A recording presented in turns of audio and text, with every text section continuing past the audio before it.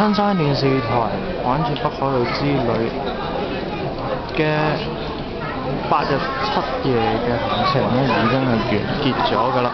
咁而家咧，我哋咧就係等候緊呢個飛機啦，就會再離開北海道㗎啦。下一站咧就係香港國際機場。我哋點解仲有 ANA 喺度咧？我哋機喺度，我落客，因為佢落客。唔係喎，佢上課唔理啦。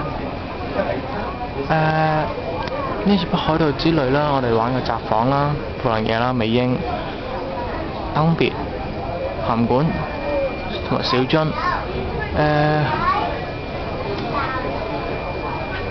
去過大城市啦，去過啲鄉村嘅地方，去過歐陸色彩豐富，去過啲溫泉酒店，唔同種種形式嘅咧，都已經喺呢8日7夜咧嘗試過啦。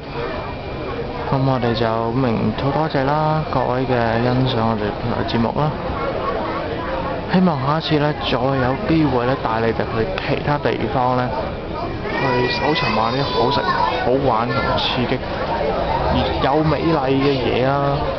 最後今次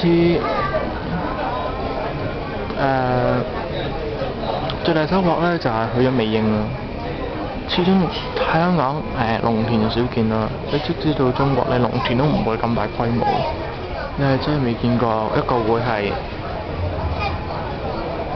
幾十平方公里一望無際都係農田，係一個震撼嚟嘅。話咗唔少手信啦，今日又用咗幾千日圓，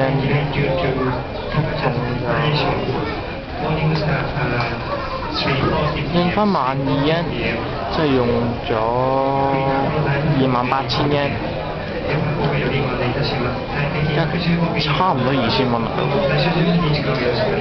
喺日本買嘢就好唔正常嘅，咁我都買手信俾大家，買咁少，要手信就問我攞啦。